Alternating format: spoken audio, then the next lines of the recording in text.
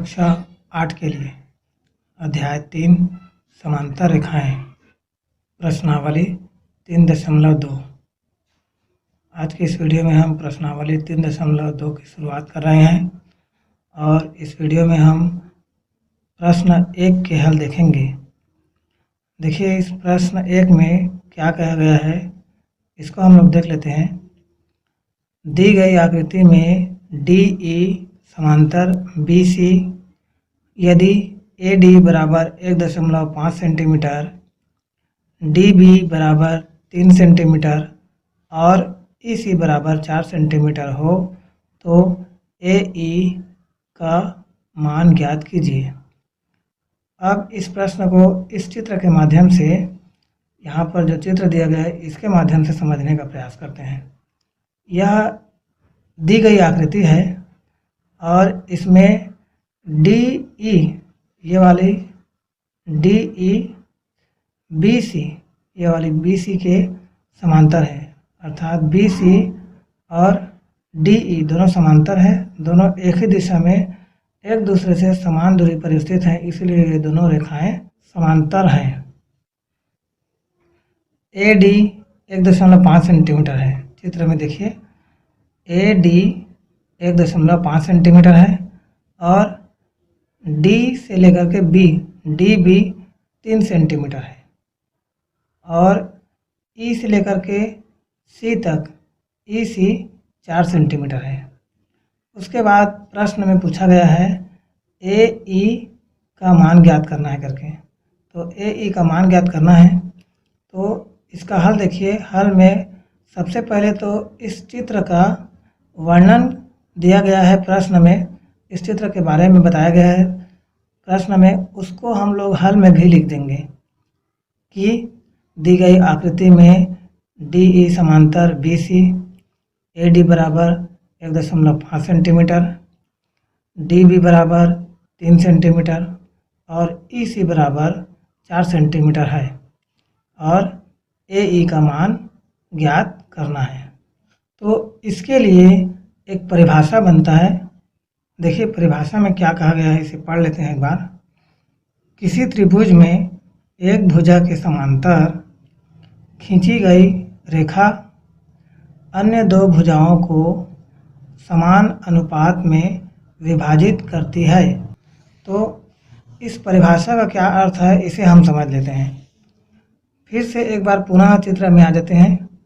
किसी त्रिभुज में, ये चित्र एक त्रिभुज का चित्र है, इसी त्रिभुज में समझ लेते हैं एक भुजा के समांतर खींची गई रेखा, यहाँ पर BC एक रेखा है और इसी के समांतर एक और रेखा खंड खींची गई है। तो किसी रेखा एक भुजा के समांतर खींची गई रेखा अर्थात BC भुजा के समांतर खींची गई रेखा DE है। इस सूत्र के अनुसार हम लोग इसे समझने का प्रयास कर रहे हैं। अन्य दो भुजाओं को समान अनुपात में विभाजित करती है।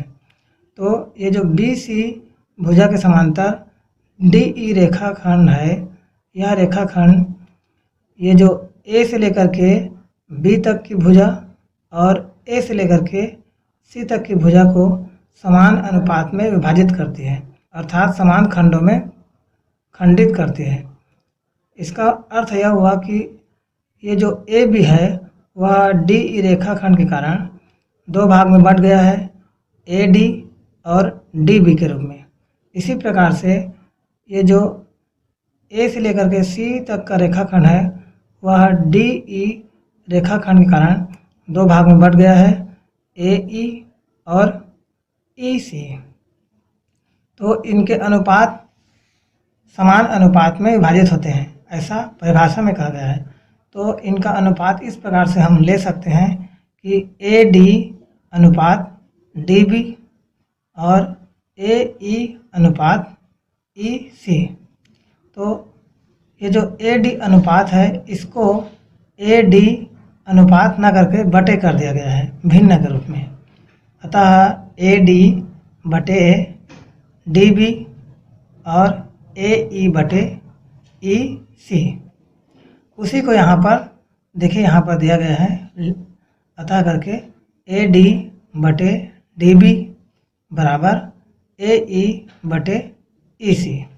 परिभाषा में कहा गया है भुजाओं को समान अनुपात में विभाजित करती हैं, अर्थात AB का जो भुजा का अनुपात आया है AD बटे DB और AC का भुजा का अनुपात आया है AE बटे EC, ये दोनों आपस में बराबर होते हैं, उसी को यहाँ पर बताया गया है। AD बटे DB बराबर AE बटे EC। उसके बाद यहाँ पर बराबर करके इनके मान को लिखा गया है। देखिए यहाँ पर AD का मान है 1.5 सेंटीमीटर और DB का मान है 3 सेंटीमीटर, EC का मान है 4 सेंटीमीटर और यहाँ पर AD के जगह में उसका मान 1.5 रख दिए हैं और DB के जगह में DB का मान 3 रख दिए हैं और AE का मान ज्ञात करना है, इसीलिए AE के जगह में AE रखे हैं और EC का मान 4 सेंटीमीटर दिया है तो 4 रख दिए हैं। अब इसको हम लोग यहाँ पर हल कर रहे हैं। इसी को यहाँ पे नीचे में बराबर करके लिखा हूँ 1.5 बटे 3 बराबर AE बटे 4। तो ये जो 1.5 होता है यह होता है 1.5 और 1.5 का डबल होता है 3, तो 1.5 एक हिस्सा हो गया और 3 दूसरा हिस्सा हो गया। 1.5 एक हिस्सा हो गया और 3 दो हिस्सा हो गया, अर्थात 1.5 दूनी 3 होता है, 1.5 एकम 1.5 और 1.5 दूनी 3। तो यहाँ पर 1.5 बटे 3 का मान आया 1/2। अब ये समझ नहीं आ रहा होगा तो हम लोग इसे इस प्रकार से भी समझ सकते हैं कि ये जो 1.5 आया है इसको हम लोग बटे करके 3 यहाँ पे जैसा दिया है वैसा हम लोग कर लिए। अब यहाँ पर हम 1.5 दिया है तो यहाँ पर हम लोग 3 में भी दशमलव लगा करके 3.0 लिख सकते हैं। अब यहाँ पर हम लोग एक संख्या के पहले ऊपर में 5 के पहले दशमलव है, नीचे में 0 के पहले दशमलव है, दोनों में एक संख्या के पहले दशमलव है, तो हम चाहें तो दशमलव हटा सकते हैं। तो इसे हम इस प्रकार से लिख सकते हैं 15/30, दोनों का दशमलव हट गया।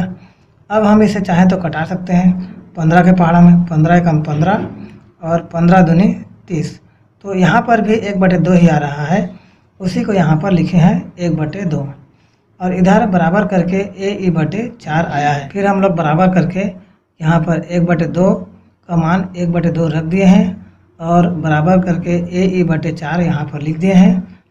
फिर इसके बाद यहाँ पर भिन्न संख्याएं जब बराबर होती हैं तो ये हल होने के लिए तिर्यक गुणा करना पड़ता है इनको, तो ये इनका तिर्यक गुणा हो जाएगा, 1 का गुणा 4 के साथ हो जाएगा और AE का गुणा 2 के साथ हो जाएगा।